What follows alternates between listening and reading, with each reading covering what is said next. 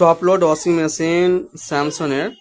এটা প্রবলেম হচ্ছে একবার চলছে, চলার পর মানে একবার পানি ফেল দেওয়ার পর সেকেন্ড টাইম আর চলছে না, মানে সেকেন্ড টাইম আর সাপ্লাই দিচ্ছে না। এটা প্রবলেম কোম্পানির পার্টির বক্তব্য। এখন দেখছি এটা, এখানে খুলে দেখছি প্রোডাক্টটা, এখানে খুলে দেখছি যে এরকম পরিস্থিতি হয়ে আছে। এখন চেক করে দেখে নেব একবার এগুলো সব।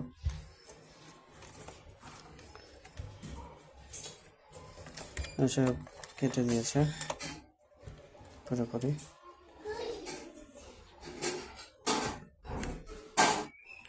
পুরোপুরি প্রবলেম হয়ে আছে মেশিনগুলো, ওয়ারিংগুলো সব চেক করতে হবে।